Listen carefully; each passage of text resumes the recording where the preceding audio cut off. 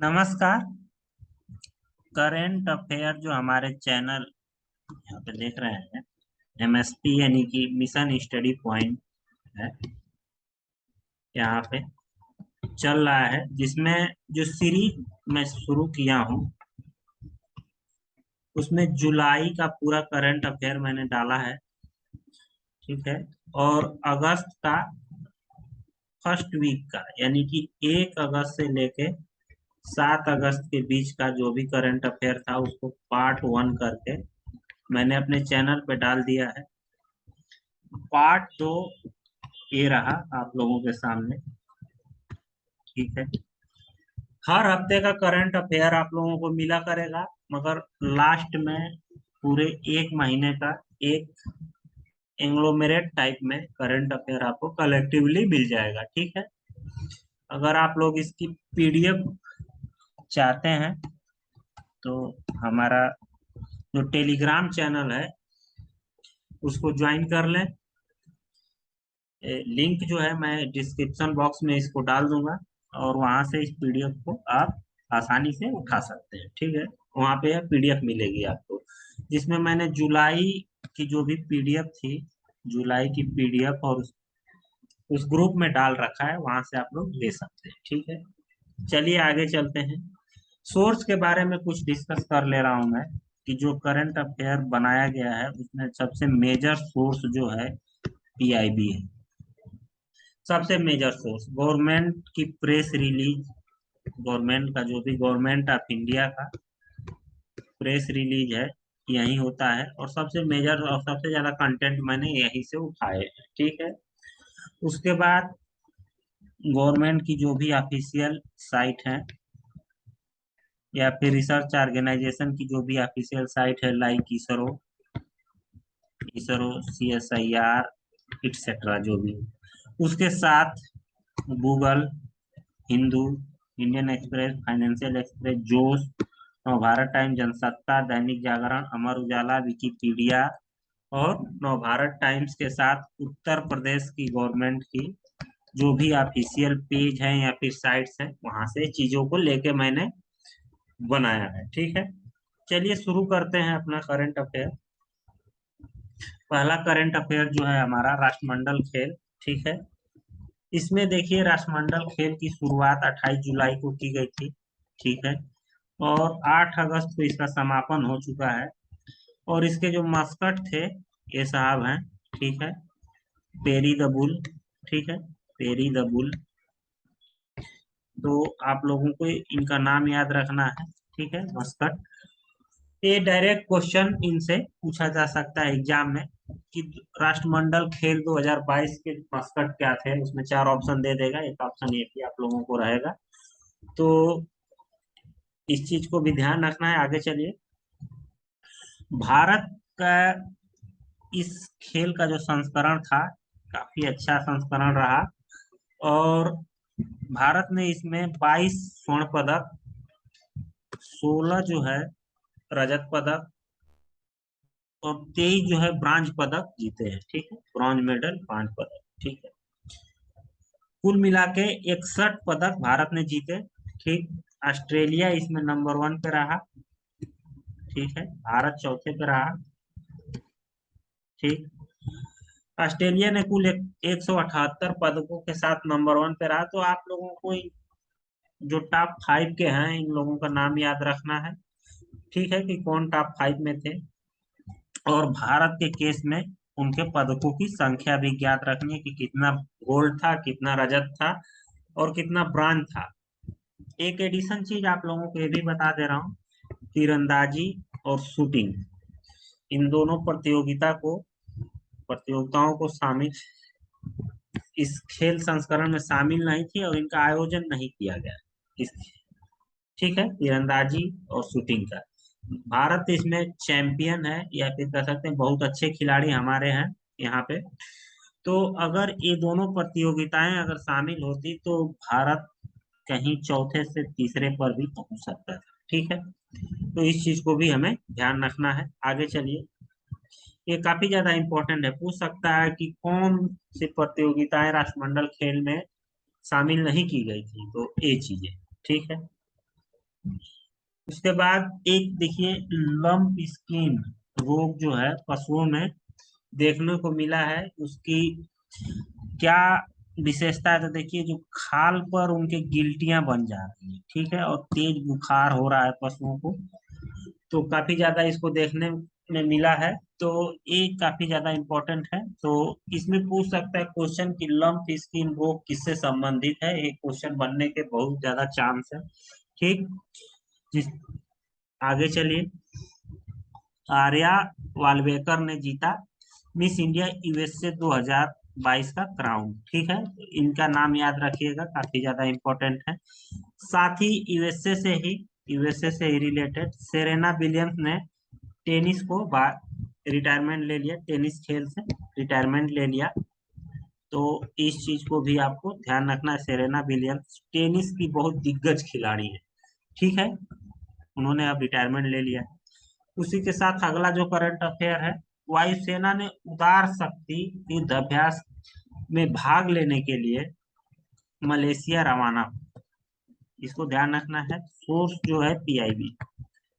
अगला, भारतीय सेना ने स्काई लाइट एक्सरसाइज उपग्रह आधारित सिस्टम की परिचालन तत्परता का परीक्षण किया, ठीक है, स्काई लाइट एक्सरसाइज, ठीक है, स्काई लाइट एक्सरसाइज में जो भी सैटेलाइट से चलने वाले, ठीक है, सैटेलाइट से चलने वाले जो भी उपकरण हैं, सिस्टम है, उसको परिचालन एवं तत्परता का परीक्षण इंडियन आर्मी ने, भारतीय सेना ने किया, ठीक है, कि अगर मान लीजिए कि कहीं भी विपरीत परिस्थितियों में अगर उपग्रह से आधारित जो सिस्टम है उनको परिचालन करना हो, तो उस समय कितना कारगर तरीके से वायु इंडियन आर्मी उसको ऑपरेट कर सकती है। ठीक, आगे चलिए। देखिए, बिहार से है, बिहार से बीपीएससी यानी कि बिहार लोक सेवा आयोग के जो नए अध्यक्ष बने हैं वो बने हैं अतुल प्रसाद जी, ठीक है, अतुल प्रसाद जी, श्री अतुल प्रसाद। ठीक, नीति आयोग द्वारा एस्पिरेशनल डिस्ट्रिक्ट या फिर आकांक्षी जिलों की जो एक स्कीम चलाई जा रही थी, उसमें बिहार से कितने जिले लिए गए थे, तो उनका नाम यहाँ पे देख लीजिए। सीतामढ़ी, अररिया, पूर्णिया, कटिहार, मुजफ्फरपुर, बेगूसराय, खगड़िया, बांका, शेखपुरा, औरंगाबाद, ठीक है, गया, नवादा, जमुई, ये जिले थे। इसमें क्वेश्चन ऐसे बनेगा कि निम्नलिखित में से कौन सा जिला आकांक्षी जिलों में शामिल नहीं है? तीन जिलों का नाम दे देगा, चौथा कोई और जिला ले लेगा, मान लीजिए कि बक्सर हो गया, बक्सर का नाम, तो बक्सर इसका सही आंसर हो जाएगा कि ये जिला जो है आकांक्षी जिलों में शामिल नहीं।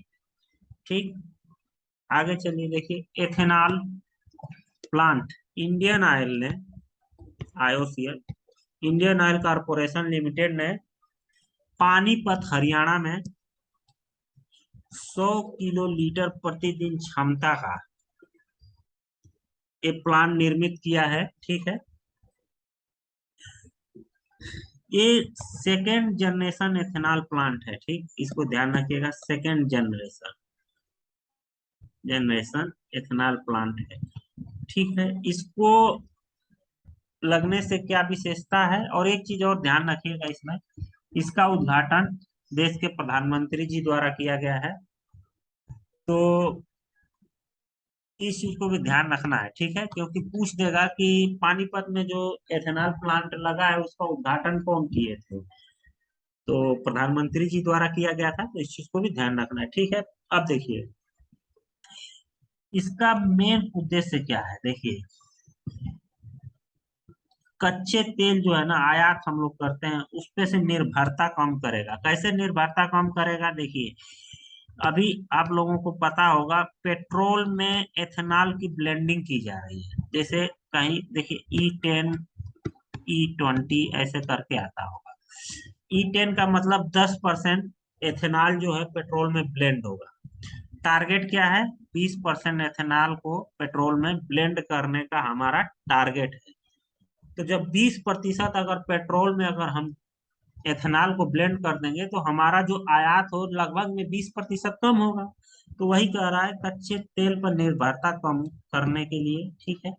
और ग्रीन हाउस गैसों में, ठीक है, ग्रीन हाउस जो गैस है, कार्बन डाइऑक्साइड, मीथेन, ये सब चीजें, इनके उत्सर्जन में कमी लाई जाएगी, ठीक है। अब कैसे कमी लाई जाएगी ये थोड़ा समझ लीजिए। देखिए एथेनॉल जो होता है ना, C3C2OH ये होता है, ये इसका फार्मूला होता है। अब इसमें देखिए ऑक्सीजन है, ऑक्सीजन है, तो ऑक्सीजन की अधिकता जब ईंधन की, जब इंजन में ईंधन की बर्निंग होगी तो उसमें ऑक्सीजन की जरूरत पड़ती है। जब ऑक्सीजन एडुक्वेट मात्रा में यानी कि प्रचुर मात्रा में नहीं मिलती है तो कंप्लीट बर्निंग नहीं हो पाती। मगर इस केस में एथेनॉल को ब्लेंड करने से ऑक्सीजन भी मिल रही है और एथेन जो प्रचुर मात्रा में ऑक्सीजन भी प्रोवाइड करेगा और उसके साथ वो फ्यूल का भी काम करेगा।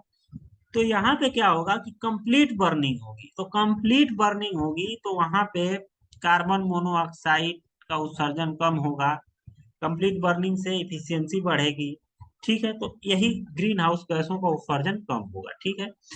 अब इसमें जो है एक एक ये भी चीज है कि एथेनॉल के जो सोर्स हैं वो खेती के सोर्स हो, खेती से जो भी रॉ मटेरियल जैसे गन्ना हो गया, चावल हो गया, इन सब चीजों से एथेनॉल बनाया जाता है।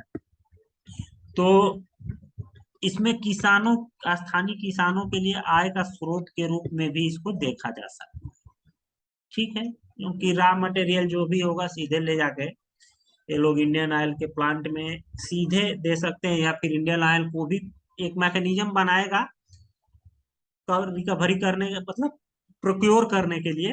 तो इसको स्रोत की चीज में भी आप लोग देख सकते हैं, आय के स्रोत, ठीक है। आगे चलिए, पर्यावरण से ही है अगला वाला जो डिस्कशन था, ये भी पर्यावरण से ही था, ये भी पर्यावरण से। क्या है, 11 नए रामसर स्थलों को नामित किया गया, ठीक है, नामित किया गया। अब क्या है, रामसर स्थलों की संख्या जो है 74 से बढ़ के 75 हो गई है, ठीक है, इसको ध्यान रखिएगा, 75 हो गई, ठीक। उड़ीसा से 3 लिए गए हैं, नाम यहाँ पे आप लोग पढ़ लीजिएगा। चौथा जो है मध्य प्रदेश से है। 4 जो है तमिलनाडु से, ध्यान रखिएगा, 4 तमिलनाडु से लिए गए हैं, नाम यहाँ पे लिखा हुआ है। एक जो है महाराष्ट्र से लिया गया है। 2 जो है जम्मू कश्मीर केंद्र शासित प्रदेश से लिया गया, ठीक। आगे चलिए, अब आप लोगों को मैं बता दे रहा हूं कि मूलतः अभी 1 से 2 महीना, 2 महीना अगर पीछे की हम लोग बात करें तो लगभग में 26 रामसर साइटों को जोड़ा गया है, 26 रामसर साइटों, ठीक है। पिछला वाला जो हमारा जुलाई का करंट अफेयर आया था उसमें 5 रामसर साइटों को जोड़ा गया था। मगर पिछले हफ्ते जो करंट अफेयर आया उसमें 10 साइटों का जिक्र किया था। और मैं उन दोनों साइटों को जो दोनों साइटें करंट अफेयर में उस वीडियो में भी जिक्र किया था उसको यहाँ पर भी मैं जिक्र करूंगा। तो देखिए 11 यहाँ से थे, ठीक, 11 ये जोड़े गए थे, 10 जो है पिछले हफ्ते जोड़े गए थे जो 1 से 7 तारीख के बीच में, और 5 और जोड़े गए थे, तो टोटल 26 हुए हैं, ठीक। तो ये यहाँ पे ये चीजों तो हमने डिस्कस कर ली है। अब देखिए इसके बारे में थोड़ा सा और आगे मैं बता रहा हूँ। अब यहाँ देखिए 10 रामसर साइट और जोड़े गए थे, ठीक है। तो उस केस में उस समय 49 था, तो मैं सोच रहा हूँ कि यहाँ से डिस्कस करते हैं। देखिए 49 रामसर साइट थी, ठीक है, उसमें 5 रामसर साइटों को और जोड़ा गया, ठीक। तो ये संख्या बढ़ के हो गई 54, ठीक। अब ये देखिए 3 जो थे यहाँ पे, 5 में से जो 3 थे वो थे आपके तमिलनाडु राज्य से, 3, ठीक। एक मिजोरम से था और एक मध्य प्रदेश से था। सांख्य सागर, पाला आर्द्र भूमि, ये पिचवरम मैंग्रोव जो तमिलनाडु से, ठीक है। पल्ली Karnai Mars reserve forest Tamil Nadu से। करी किली पक्षी अभ्यारण्य तमिलनाडु से। 5 ये हो गए, इसमें से 3 तमिलनाडु से, ठीक। 10 यहाँ जोड़े गए, उसके ठीक बाद तो 49 से 54 हुआ था, अब 54 से 64 हो गया। ठीक, 54 से 64 हो गया। ठीक है, जिसमें तमिलनाडु से 6 जोड़े गए, ये नाम आप लोग यहाँ पे देख सकते हैं छओं के। ठीक, उड़ीसा से सतकोसिया गार्ज, गोवा से नंदा झील, मध्य प्रदेश से सीरपुर वेटलैंड और कर्नाटक से रंगनाथिट्टू अब पक्षी अभ्यारण्य। 64 हो गए। अब 64 के बाद 11 और जोड़े गए, यहाँ पे देखिए 11 और जोड़ दिए गए, तो क्या हो गए, 75 हो गए, जिसमें से उड़ीसा से 3, तमिलनाडु से 4 और ये सब चीजें। ठीक, तो अब इस केस में आप लोग देखेंगे तो 6 तमिलनाडु से यहाँ पे, 4 पहले और 3 इसमें बाद में, यानी कि यहाँ पे। तो टोटल जो है तमिलनाडु से 13, यानी कि 26 में से 13 जो है तमिलनाडु से ही है। तो इस चीज को भी आप लोग ध्यान रखिएगा। अब थोड़ा सा मैं रामसर के बारे में बता दे रहा हूँ आप लोगों को। रामसर कन्वेंशन जो था 1971 में, 1971 में विश्व समुदाय के जितने भी बड़े बड़े राष्ट्र अध्यक्ष या फिर उनके प्रतिनिधि कह सकते हैं, ये लोग क्या नाम है कि ईरान के ईरान के रामसर शहर में इकट्ठा हुए और वहां पे ये लोग प्रण लिए। रामसर शहर, ईरान के रामसर शहर 1971 में इकट्ठा हुए थे। ठीक है, और इन लोगों ने प्रण लिया और एक कन्वेंशन साइन किया कि हम आर्द्र भूमि जो है हमारा वेटलैंड है, इनको हम बचाएंगे। ठीक है, और ये जो कन्वेंशन था ये 2 फरवरी को साइन किया गया था।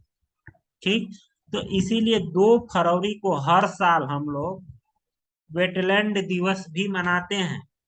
ठीक, 1971 में साइन हुआ था, मगर ये जो फोर्स में आया था, ये आया था 1975 में, फोर्स में आया था। ठीक है, भारत भी इसका हिस्सा है, ये भी हम जानते हैं। तो ये आप लोगों को याद रखना। अब इसमें क्वेश्चन जैसे 26 नाम है, अगर याद कर सकते हैं तो बहुत अच्छा है। ठीक है, अदरवाइज देखिए 26 में से जो अभी रिसेंट में जुलाई से लेके अगस्त के बीच में जो भी हम करंट अफेयर देख रहे हैं, इसमें 26 में से एक भी उत्तर प्रदेश से नहीं है, एक भी, नो। मगर उत्तर प्रदेश में ऑलरेडी 10 साइटें हैं उत्तर प्रदेश की, रामसर की 10 साइटें हैं। ठीक है, उसको आप लोग एक बार देख लीजिएगा 10 कौन कौन सी हैं। ठीक है, इसमें क्वेश्चन क्या पूछेगा कि हाल ही में जो 26 रामसर साइटें जोड़ी गई हैं या फिर नामित की गई हैं, उसमें सबसे ज्यादा किस प्रदेश से थी? तमिलनाडु से, 26 में से 13। दूसरा क्वेश्चन ये पूछ सकता है कि तमिल 26 रामसर साइटें जो नामित की गई हैं उसमें तमिलनाडु राज्य से कितनी साइटें हैं? 13। तो ऐसे क्वेश्चन है पूछ सकता है। ठीक है, आगे चलिए। भारत ने, अब देखिए जलवायु परिवर्तन को लेकर भारत राष्ट्रीय स्तर पर भारत ने निर्धारित योगदान को अपडेट किया है। ठीक है, जलवायु परिवर्तन को लेकर क्या योगदान देगा भारत राष्ट्रीय स्तर पे अपने तरीके से, उसको इसने अपडेट किया है। तो पहला जो योगदान था, पहली प्रतिज्ञा किया था भारत 2015 में। ठीक है, 2015 में प्रतिज्ञा में 3 प्राथमिक लक्ष्य तय किए थे। ठीक है, 3 प्राथमिक लक्ष्य तय किए थे। ठीक, तय किए थे। पहला क्या था उसमें, उत्सर्जन की तीव्रता को कम करना। ठीक, यानी कि भारत कह रहा है कि 2005 में के स्तर से, मतलब 2005 को बेस ईयर बना के 2030 तक वो जीडीपी की उत्सर्जन तीव्रता को 33 से 35% तक कम करेगा, कम करना है। ठीक है, ये प्रतिज्ञा लेता है पहली। दूसरी प्रतिज्ञा क्या करता है भारत, या फिर कहता है कि 40% विद्युत ऊर्जा का उत्पादन गैर जीवाश्म होगा। गैर जीवाश्म का मतलब ये हो गया कि सोलर लगाएगा भारत, विंड एनर्जी पे मूव करेगा, जियो थर्मल एनर्जी पे मूव करेगा, ठीक है, वाटर टरबाइन पे मूव करेगा। ये सब स्रोतों से ये 40% अपनी ऊर्जा का उत्पादन करेगा। उसके बाद भारत तीसरी प्रतिज्ञा क्या कहता है अपनी, कार्बन सिंक को बढ़ाएगा। कार्बन सिंक को बढ़ाना है, ठीक है, क्या करके, पेड़ लगा। तो इसमें भारत बता रहा है कि हम 2.5 से 3 मिलियन टन टन तक कार्बन डाइऑक्साइड को सोखेंगे, सिंक करेंगे इन्वायरमेंट से, एटमॉस्फेयर से। एटमॉस्फेयर से हम लोग सिंक करेंगे पेड़ लगाकर, ठीक है। कार्बन डाइऑक्साइड के, जानते हैं ये पेड़ जो होते हैं वो कार्बन डाइऑक्साइड को सोखते हैं, ठीक। चलिए, उसके बाद ये तो 2015 में प्रतिज्ञा किया था भारत। उसके बाद क्या हुआ कि अपनी प्रतिज्ञा का इसने नवीनीकरण किया। नवीनीकरण करने के बाद जो भारत 5 प्रतिज्ञा लिया इस बार, क्या किया कि 2005 का स्तर को बरकरार, स्तर को बेस ईयर मान के 2030 तक जीडीपी की उत्सर्जन तीव्रता को 45% तक कम करना है, ठीक है। पहला कहता है, उसमें क्या था, 33 से 35 था, मगर इसमें 45%। दूसरा कहता है 50% जो विद्युत ऊर्जा का उत्पादन होगा वो गैर जीवाश्म होगा। पहले क्या था, 40%। इसको ध्यान रखना है, इन्वायरमेंट से रिलेटेड क्वेश्चन बहुत ज्यादा बैठ रहे हैं एग्जामों में, तो इस चीज को ध्यान रखना है। उसके बाद बात भारत ये कहता है कि विद्युत ऊर्जा का जो गैर जीवाश्म का, ये कहता है कि 2030 तक हम 50 गीगावाट का उत्पादन करेंगे, गैर जीवाश्म होगा, यानी कि ये सोलर से, विंड से,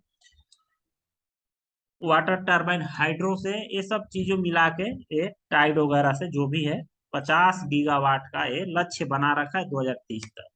उसके बाद ये कहता है भारत, चौथी प्रतिज्ञा क्या कहता है कि 2030 तक कार्बन उत्सर्जन 1 बिलियन टन तक कम करे, कम करना है। फिर पांचवा जो है, इसके बारे में मैं जुलाई में भी डिस्कस किया हूँ, लाइफ। लाइफ एक ये है, तो इसमें लाइफ स्टाइल फॉर इन्वायरमेंट, इसमें कुछ ये लोग कोडिंग करेंगे, अभी कुछ थोड़ा चीजें और आ जाती हैं तो इसको मैं और अच्छे से बताऊंगा, ऐसा नहीं, बहुत ज्यादा इंपॉर्टेंट है। माध्यम से जलवायु परिवर्तन को के कम बाट करेगा या फिर कम करने की कोशिश करेगा। तो ये 5 प्रतिज्ञाएं लेता है भारत, ठीक। आगे चलिए, पेरिस समझौता क्या है, ये एक legally binding international treaty on climate change है, ठीक है। ये दो जो कोप होता है ना, कॉन्फ्रेंस ऑफ पार्टी जो होता है ना, उसमें 21वीं जो पार्टी थी, उसको दिसंबर में, 2015 के दिसंबर में ये आयोजित हुई थी, जिसको पेरिस समझौता के नाम से भी जाना जाता है, जिसमें 196 पार्टियों ने इसको एडॉप्ट किया था, ठीक। और ये क्योटो प्रोटोकॉल को रिप्लेस की थी, तो इस चीज को भी आप लोग ध्यान रखिएगा। उसके बाद विश्व हाथी दिवस, 12 अगस्त को विश्व हाथी दिवस मनाया जाता है, जिसमें इसका वस्तु क्या था, विषय क्या था, bring the world together to help the elephant, ठीक है। सभी विश्व समुदाय को एक साथ लाके, पूरे विश्व को एक साथ लाके हाथियों की सहायता करना इसका मुख्य विषय था, ठीक। भारत में हाथियों को लेके क्या प्रावधान है उसको देखिए। प्रोजेक्ट एलिफेंट 1992 में शुरू की गई थी, ठीक है।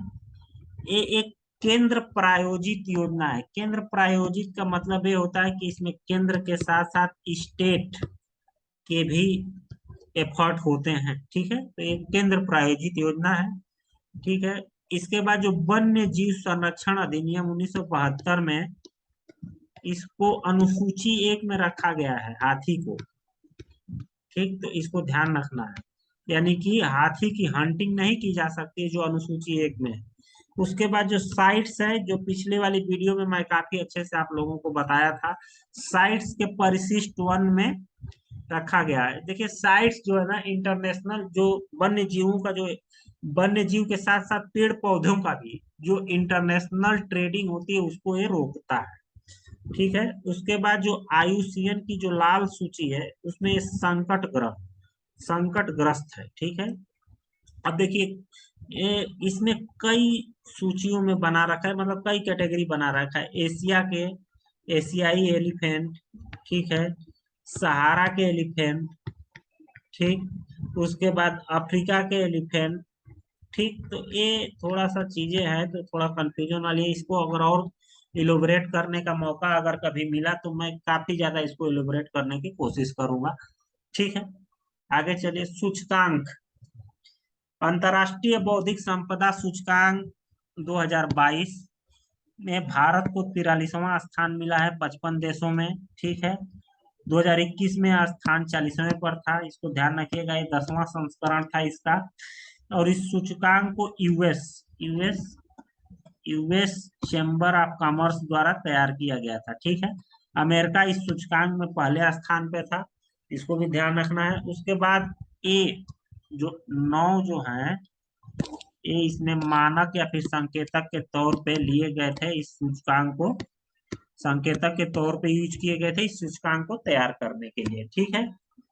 आगे चलिए, उत्तर प्रदेश, इजराइल, भारत और Israel centre of excellence for vegetable का उद्घाटन उत्तर प्रदेश के चंदौली जिले में किया गया। तो इसको ध्यान रखिएगा, Indo Israel centre of excellence for vegetable कहाँ उद्घाटन किया गया? चंदौली में। उसके बाद एक मुख्यमंत्री फेलोशिप प्रोग्राम के तहत उत्तर प्रदेश सरकार ने 100 युवकों का चयन करेगी। ठीक है। इसके बारे में आप लोग देख सकते हैं। ठीक। आगे चलिए, कृषि जनगणना काफी ज्यादा इंपॉर्टेंट। 11वीं कृषि जनगणना की शुरुआत कर दी गई है। ठीक है। कृषि जनगणना हर 5 साल पे आयोजित की जाती है। ठीक। इसकी पहली शुरुआत 1971 में की गई थी।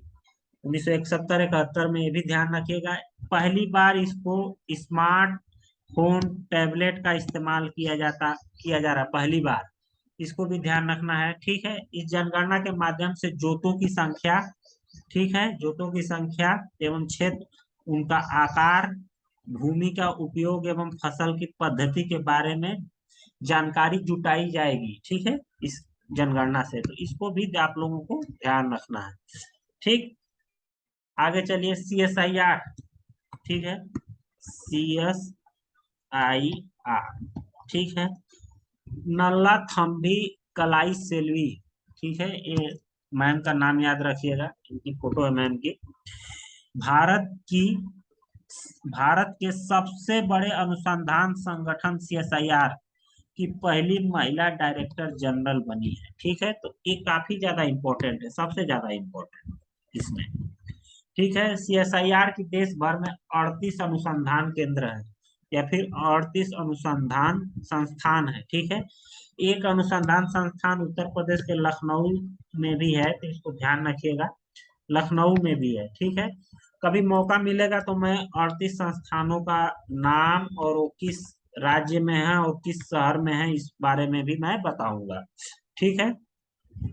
उसके बाद ISRO, small satellite launch vehicle, ठीक है, पिछले दिनों ये लॉन्च किया था।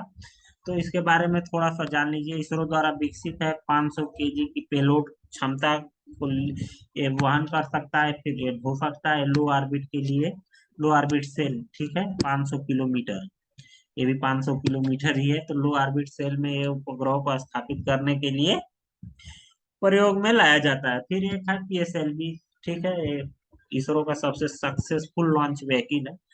तो इसरो द्वारा डिजाइन एवं संचालित कम खर्चीला मध्यम लिफ्ट लॉन्च व्हीकल है। ठीक है।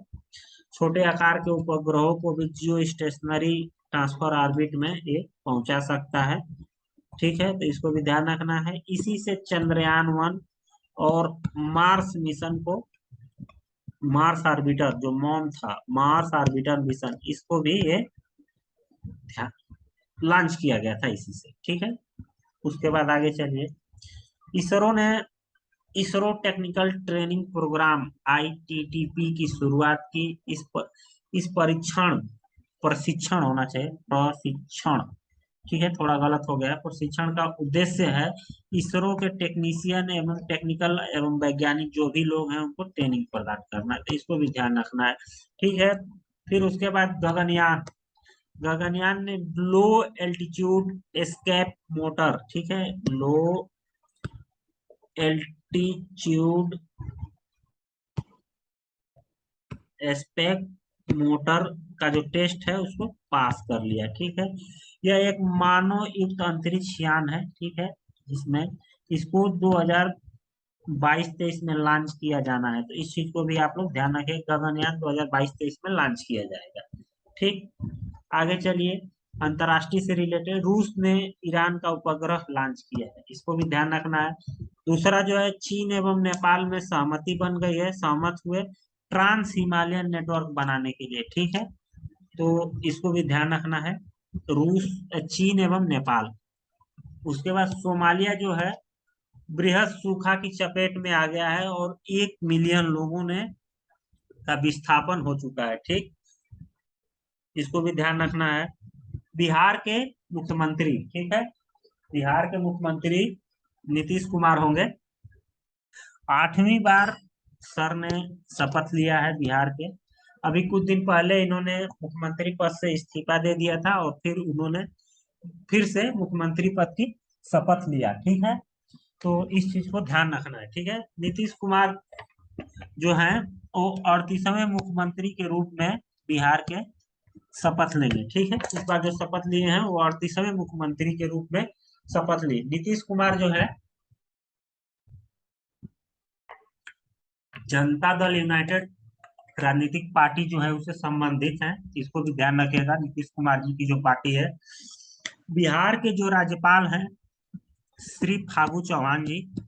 ठीक, नीतीश कुमार, केसरीनाथ त्रिपाठी, रामनाथ कोविंद जी, सत्यपाल मलिक जी और लालजी टंडन के राज्यपाल कार्यकाल में भी मुख्यमंत्री का पद संभाला है, तो इसको भी आप लोगों को ध्यान में रखना है। उसके बाद अनुच्छेद 164 क्या कहता है, मुख्यमंत्री की नियुक्ति राज्यपाल करेगा। ठीक है, उसके बाद आगे ये भी कहता है अन्य मंत्रियों की नियुक्ति राज्यपाल मुख्यमंत्री की सलाह पर करेगा तथा मंत्री, ठीक है, तथा मंत्री राज्यपाल के प्रसाद पर्यंत अपने पद को धारण करेंगे। ठीक है, प्लेजर पे। उसके बाद अगला जो है उसी में क्लाज है, 1 क्लाज कहता है कि मंत्रिपरिषद की कुल संख्या 15% से ज्यादा नहीं होना चाहिए। 15% किसका होना चाहिए, तो विधानसभा के सदस्यों के, ठीक है, संख्या का 15%। तो इसे मान लीजिए कि 400 अगर विधानसभा के सदस्य हैं तो वहां पे 60 मंत्री बन सकते हैं। अब 60 में क्या होगा, 59 मंत्री प्लस 1 मुख्यमंत्री। ठीक है, मुख्यमंत्री सहित 15% है। ठीक, परंतु 12 से कम भी नहीं होने चाहिए। ठीक है, ये भी चीज ध्यान रखिएगा। दिल्ली केंद्र शासित प्रदेश के केस में 10% रखा गया विधान परिषद, विधानसभा के सदस्यों की संख्या का 10% से अधिक नहीं होनी चाहिए। यानी कि दिल्ली में जैसे 70 अगर पोस्ट, अरे 70 विधानसभा सदस्यों की संख्या 70 है तो वहां पे 7 मंत्री बन सकते हैं, तो यानी कि 6 मंत्री और 1 मुख्यमंत्री बनेंगे। ठीक है, तो इस चीज को भी ध्यान रखना है। ठीक, अब आप लोगों को उसमें दूसरा जो क्लाज है, 164 का जो दूसरा क्लाज है, मंत्री परिषद राज्य की विधानसभा के प्रति सामूहिक रूप से उत्तरदायी होगी। जैसे आप लोगों को आर्टिकल नंबर 75 में जो काउंसिल ऑफ मिनिस्टर होती है या फिर मंत्री परिषद होती है केंद्र में, संघ सरकार में, यूनियन गवर्नमेंट में जो मंत्री परिषद होती है वो लोकसभा के प्रति सामूहिक रूप से उत्तरदायी होती है, उसी तरह राज्यों में जो मंत्रिपरिषद होगी वो विधानसभा के प्रति सामूहिक रूप से उत्तरदायी होगी। ठीक, आगे चलिए। कुछ बिल पास हुए हैं।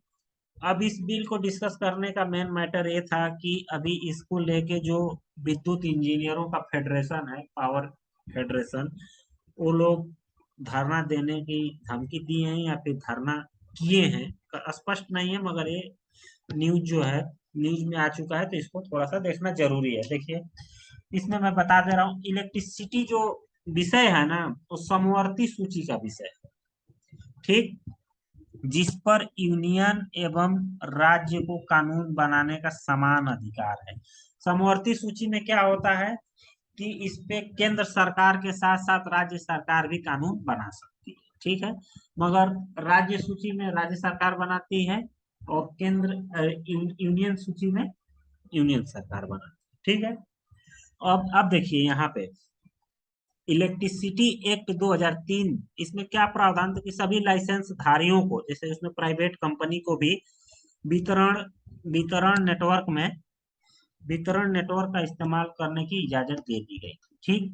अब इसको संशोधन करके क्या कर रहा है, बिजली सेक्टर में निजी क्षेत्र की हिस्सेदारी को और बढ़ाने का रास्ता तो खुल सकता है इस बिल के माध्यम से। तो इस चीज को आप ध्यान रखना है, ठीक है। आगे चलिए देखिए, नई दिल्ली अंतर्राष्ट्रीय मध्यस्थता केंद्र संशोधन विधेयक, ठीक है, इसको ध्यान रखिएगा। नई दिल्ली अंतर्राष्ट्रीय arbitration centre amendment bill 2022 English में, ठीक। और इसका क्या काम था, देखिए ये क्या है, ये बिल लाया गया है, ठीक। इस बिल जो है 2019 के कानून को संशोधित करेगा, ठीक, इसको ध्यान रखिएगा। इसमें क्या प्रावधान है इस चीज को देख लीजिए। नई दिल्ली अंतर्राष्ट्रीय मध्यस्थता केंद्र कानून 2019 के तहत नई दिल्ली अंतर्राष्ट्रीय मध्यस्थता केंद्र का गठन किया गया, और इसका मुख्यालय नई दिल्ली में है, ठीक। ये एक संगठन, एक ऑर्गेनाइजेशन है, और इसका मुख्यालय जो है दिल्ली में है।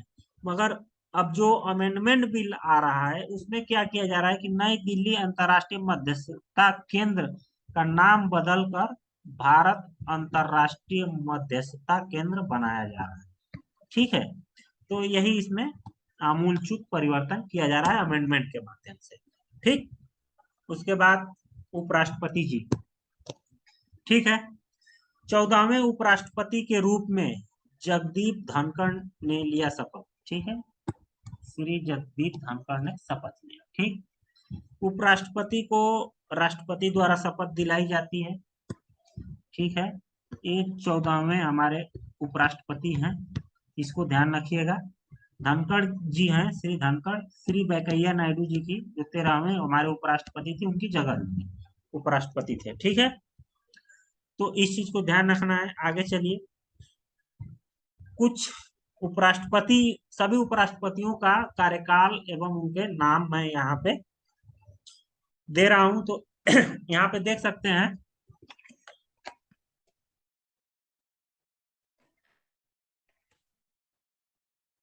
श्री डॉक्टर सर्वपल्ली राधाकृष्णन, ठीक है।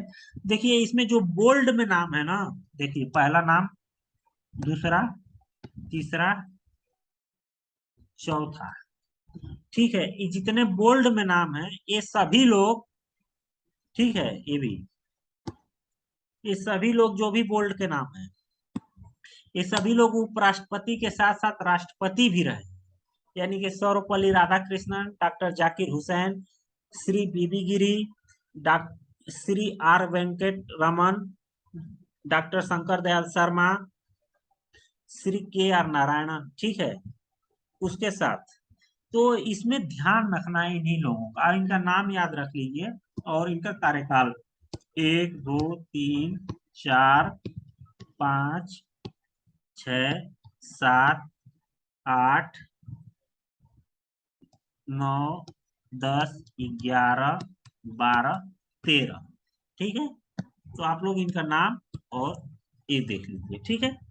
आगे चलिए, क्या संविधान में, क्या कॉन्स्टिट्यूशन ऑफ इंडिया में क्या इनके प्रावधान है, उससे रिलेटेड जो भी अनुच्छेद हैं आप लोग यहाँ पे देख सकते हैं, ठीक है। पदावधि के बारे में दिया है 67 में, शपथ के बारे में भी दिया है 69 में, ठीक है। 63 में भारत का उपराष्ट्रपति, ठीक। तो ये सब चीजें आप लोगों को याद होनी चाहिए, एकदम कंफर्म कंठस्थ होना चाहिए, ठीक। मुख्य न्यायाधीश, देश के 49वें मुख्य न्यायाधीश होंगे श्री उदय उमेश ललित, ठीक है। एन बी रमन्ना साहब की ये जगह लेंगे श्री ललित, ठीक। भारत के पहले मुख्य न्यायाधीश कौन थे, हीरालाल जे कानिया, ठीक है, ये पहले थे। ठीक, भारत के संविधान एक के अनुच्छेद 124 के क्लाज 4 में सर्वोच्च न्यायालय के न्यायाधीश को हटाने की प्रक्रिया के बारे में बताता है, जो मुख्य न्यायाधीश पर भी लागू होता है। ठीक, एक बार नियुक्ति हो जाने के बाद, अगर एक बार सुप्रीम कोर्ट में अगर न्यायाधीश की नियुक्ति हो जाती है, हो जाने के बाद, या फिर न्यायाधीश या फिर मुख्य न्यायाधीश दोनों के लिए है, ठीक है, 65 वर्ष की आयु तक एक पद पर बने रहते हैं। ठीक, संविधान में कोई निश्चित कार्यकाल प्रदान नहीं किया गया, इस चीज को भी ध्यान रखिएगा, संविधान में कोई निश्चित कार्यकाल प्रदान नहीं किया गया है, मगर तभी प्रावधान है कि 65 साल तक ये लोग रहेंगे। ये एक्ट के तहत बनाया गया था, तो इसको भी ध्यान रखिए। ठीक, कोऑपरेटिव फेडरलिज्म, ठीक है, कोऑपरेटिव फेडरलिज्म यानी कि संघवाद। अभी दो केसेस हुए हैं। केरल की सीपीआई की वहां पे सरकार है, कहा कि सरकार के मामलों में गवर्नर का हस्तक्षेप जो है लोकतंत्र को कमजोर करता है। ठीक है, हस्तक्षेप से लोकतंत्र कमजोर हुआ है। दो पॉलिटिकल स्टेटमेंट है। ठीक है, उसके बाद दूसरा जो जीएसटी को लेकर राज्य एवं यूनियन के बीच में बातचीत हुई। ठीक है, कंपनसेशन को, राजस्व क्षतिपूर्ति को लेकर। तो कोऑपरेटिव फेडरलिज्म में क्या चीजें हैं देखिए, केंद्र एवं राज्यों के संबंध के बारे में, तीन तरीके के राज्य हैं, केंद्र एवं राज्य के विधायी संबंध, ठीक है, केंद्र एवं राज्य के कार्यकारी संबंध एवं केंद्र एवं राज्य के वित्तीय संबंध। ठीक है, ये वो तीन है। ठीक, उसके बाद इससे रिलेटेड कौन कौन सी समितियां बनी हैं, इसको भी ध्यान रख लीजिए। राज मन्नार समिति, आनंदपुर साहिब संकल्प, ठीक है, ईयर भी याद रखना है। पश्चिम बंगाल ज्ञापन, ठीक है, मेमोरेंडम। ठीक, सरकारिया आयोग, सबसे ज्यादा इंपॉर्टेंट सरकारिया आयोग। ठीक, ठीक है, उसके बाद पुंछी आयोग। ठीक है, ये 5 कमेटियां बनी हैं, तो समितियां बनी हैं, इनको भी याद रखना है। ठीक है, राष्ट्रपति जी, अब देखिए, नवनिर्वाचित राष्ट्रपति द्रौपदी मुर्मू की, मुर्मू कौन सी राष्ट्रपति है, मतलब कौन से नंबर की राष्ट्रपति है, तो देखिए इसमें 4 ऑप्शन दिया हुआ है। ठीक है, आगे चलिए। राष्ट्रपति द्रौपदी मुर्मू, ठीक है, भारत की दूसरी महिला राष्ट्रपति, पहली महिला राष्ट्रपति प्रतिभा देवी सिंह पाटिल। ठीक है, 25 जुलाई 2022 को भारत की 15वीं राष्ट्रपति बनी। ठीक है, 15वें नंबर की राष्ट्रपति है। ठीक है, इसको ध्यान रखना है, तो इसका आंसर जो है 15वां होगा। ठीक है, तो इसको ध्यान रखना है। ठीक, फिर क्या कह रहा है, श्री रामनाथ कोविंद जी, ठीक, ये 14वें राष्ट्रपति की जगह लेंगे। ठीक, ये भी चीज हो गई। देखिए यहाँ पे मुख्य न्यायाधीश जो है एन बी रमन्ना साहब, राष्ट्रपति जी को शपथ दिला रहे हैं। और राष्ट्रपति जी जो होती हैं, वो तीनों सेनाओं की कमांडर चीफ होती हैं। तो इस चीज को भी आप लोग इन दोनों फोटो के माध्यम से देख सकते हो कि यहाँ पे एन बी रमन्ना साहब उनको शपथ दिला रहे हैं, और यहाँ पे तीनों सेनाओं के सेनापति मौजूद है। ठीक है, ये सब चीजें हो गई। ठीक, आगे चलिए। अब इसमें राष्ट्रपति जी का, जो भी राष्ट्रपति हैं उन लोगों का यहाँ पे उसके बारे में मैंने लिख रखा है। तो यहाँ पे देखिए, डॉक्टर राजेंद्र प्रसाद, सर्वपल्ली राधाकृष्णन। अब देखिए, ये तीनों लोग जो ना उपराष्ट्रपति भी थे और आगे चल के राष्ट्रपति भी बने थे। ठीक है, तो इस चीज को ध्यान रखना है। ठीक, उसी तरीके से ये नीलम संजीव रेड्डी जो थे, ये लोकसभा के अध्यक्ष थे, ये लोकसभा के अध्यक्ष भी रहे हैं। ठीक, तो इसको भी ध्यान रखना है। ठीक, इंपॉर्टेंट चीज है। ठीक है, उसके बाद ये तीनों लोग उपराष्ट्रपति भी रहे और राष्ट्रपति भी रहे। उसके बाद एक नाम छूट रहा है, मैं उनको बताना चाह रहा हूँ। एक नाम छूट रहा है, नाम इसमें मैं शायद लिख नहीं पाया हूँ। राष्ट्र हिदायतुल्ला जी थे, जो सुप्रीम कोर्ट के जज थे, इसमें नाम छूट गया है। चलिए, मैं अगली वाले में इसको अपडेट कर दूंगा। ठीक है, और ये राष्ट्रपति से रिलेटेड जो भी संविधान के प्रावधान है उससे है। ठीक है, तो इस चीज को भी आप लोगों को ध्यान में रखना है। ठीक, आगे चलिए। समग्र में ये देखिए, परवाज योजना की शुरुआत जम्मू कश्मीर केंद्र शासित प्रदेश द्वारा की गई। परवाज योजना किससे संबंधित है? जम्मू कश्मीर राज्य से। ठीक है, उसके बाद चीन में नए वायरस लंगया वायरस का पहचान की गई, तो इसको ध्यान रखिएगा, लंगया वायरस। उसके बाद खेल से है, खेल से बीसीसीआई द्वारा महिला आईपीएल, वोमेन वोमेन आईपीएल की का आयोजन जो है मार्च 2023 में किया जाएगा, इसको ध्यान रखिएगा। ठीक है, आगे चलिए, राज्य से रिलेटेड है। तमिलनाडु के मुख्यमंत्री ने केरल के मुख्यमंत्री, ठीक है, केरल के सीएम विजयन को कहा कि सभी पहलुओं पे पर मुल्ला पेरियार बांध जो है वो सेफ है। ठीक है, ये उनको जानकारी दी। तो ठीक है, आप देख लीजिए, मुल्ला पेरियार जो बांध है वो पेरियार नदी पर है। ठीक है, पेरियार नदी का उद्गम स्थल जो केरल के पश्चिमी घाट से है, और जो समागम जो है अरब सागर है। ठीक, केरल राज्य की सबसे लंबी और सबसे बड़ी नदी है पेरियार नदी। ठीक है, पेरियार जो नदी है केरल राज्य की सबसे बड़ी और सबसे लंबी नदी है। ठीक है, बहाव क्षेत्र इसका तमिलनाडु एवं केरल में है। ठीक, और उसी के बेसिन में, पेरियार नदी के बेसिन में ही पेरियार राष्ट्रीय उद्यान भी है। ठीक, इसको भी ध्यान रखना है। ठीक है, आगे चलिए, भारत की पहली पानी के अंदर चलने वाली मेट्रो ट्रेन का निर्माण जून 2023 तक पूर्ण होगा। ठीक है, ये मेट्रो का निर्माण जो है कलकत्ता शहर में किया जा रहा है। ठीक है, तो इसको भी ध्यान रखना है। ऋषभ पंत, ठीक है, क्रिकेटर है ऋषभ पंत, इनको उत्तराखंड राज्य का ब्रांड एम्बेसडर बनाया गया, उत्तराखंड राज्य का। ठीक है, उसके बाद अगला जो है सीता बुल्दी फोर्ट, नागपुर शहर में एक महत्वपूर्ण स्मारक है। ठीक है, इसको भारतीय सेना आम जनता के लिए खोल दिया गया। ठीक है, भारतीय सेना ने आम जनता के लिए खोल दिया है। 75वीं आजादी की 75वीं सालगिरह के उपलक्ष्य में इसको खोला गया है। ठीक है, इसको ध्यान रखिएगा। आगे चलिए, फिर कह रहा है राष्ट्रीय बौद्धिक संपदा जागरूकता मिशन 1 मिलियन छात्रों को बौद्धिक संपदा यानी इंटेलेक्चुअल प्रॉपर्टी जागरूकता एवं बुनियादी प्रशिक्षण प्रदान करने का लक्ष्य हासिल किया है। ठीक है, राष्ट्रीय बौद्धिक संपदा जागरूकता मिशन। ठीक, उद्देश्य क्या है? भारत सरकार की पहल आजादी का अमृत महोत्सव में भाग लेकर एक आत्मनिर्भर भारत के निर्माण में योगदान करने के लिए, और इस तरह इस मिशन को देश के तहत देश भर में 10 लाख छात्रों के बीच में जो इंटेलेक्चुअल प्रॉपर्टी जागरूकता पैदा करना है। तो इसको आप लोग ध्यान में रखिएगा, इसको ध्यान में रखिएगा। आगे चलिए, आईना यानी कि हिस्ट्री से रिलेटेड। 1942 में महात्मा गांधी ने भारत छोड़ो आंदोलन शुरू किया था। ठीक है, 1942 में शुरू हुआ था। अब इसको अगस्त क्रांति के नाम से भी जाना जाता है। अब डेट्स के हिसाब से थोड़ा सा मैं इसको बता रहा हूँ। देखिए, इस आंदोलन की शुरुआत अखिल भारतीय कांग्रेस कमेटी ने 8 अगस्त को बॉम्बे अधिवेशन में भारत छोड़ो आंदोलन का प्रस्ताव को मंजूरी मिली थी। ठीक है, 9 अगस्त को यह आंदोलन शुरू कर दिया गया था, आरंभ हुआ था।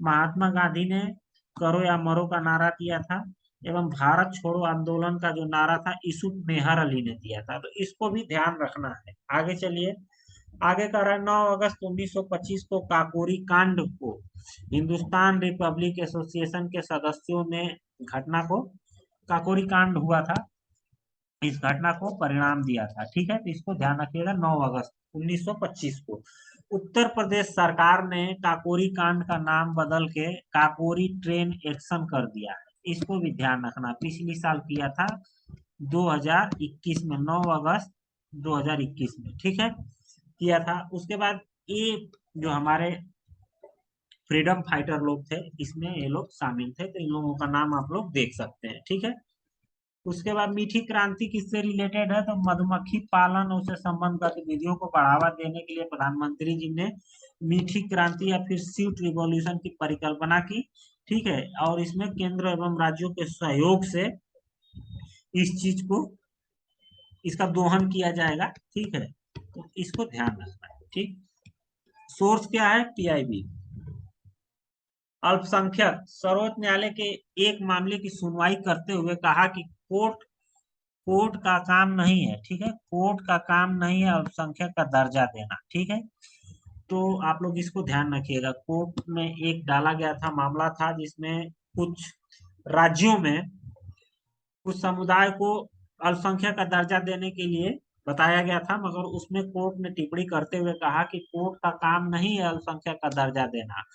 तो अब यहाँ पे देख लीजिए किसका काम है, उसको समझ लीजिए।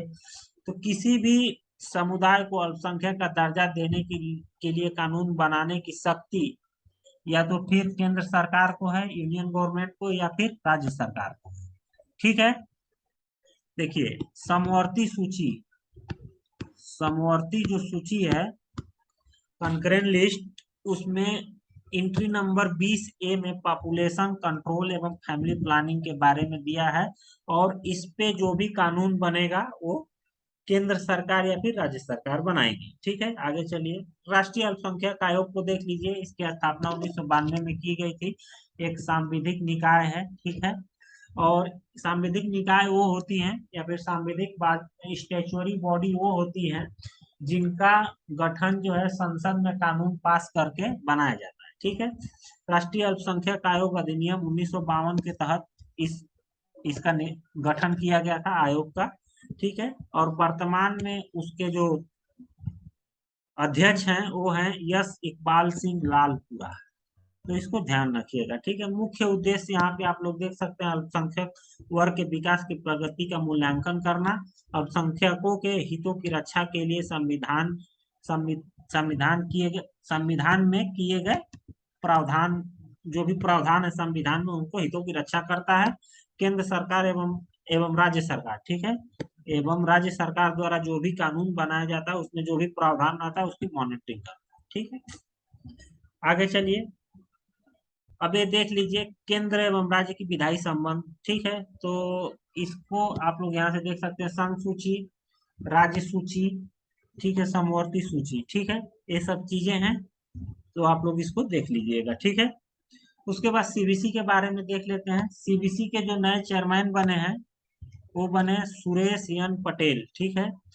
भ्रष्टाचार को रोकने के लिए देश की सर्वोच्च संस्था है ये, ठीक। इसको संथानम समिति के सुझाव में 1964 में इसका गठन किया गया था। 2003 में सीबीसी एक्ट 2003 के तहत इसको सांविधिक निकाय का दर्जा मिला था, ठीक है।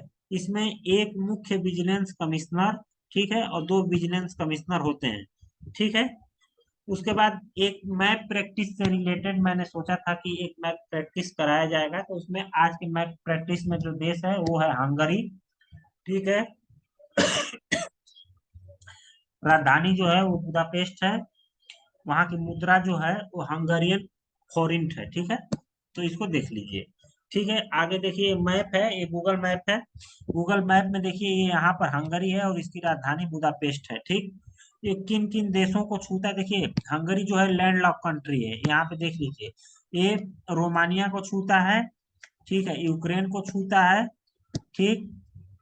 पोलैंड को नहीं छू रहा है, ठीक है। स्लोवानिया को छूता है, स्लोवाकिया को, ठीक है। उसके बाद ऑस्ट्रिया को छू रहा है, ठीक।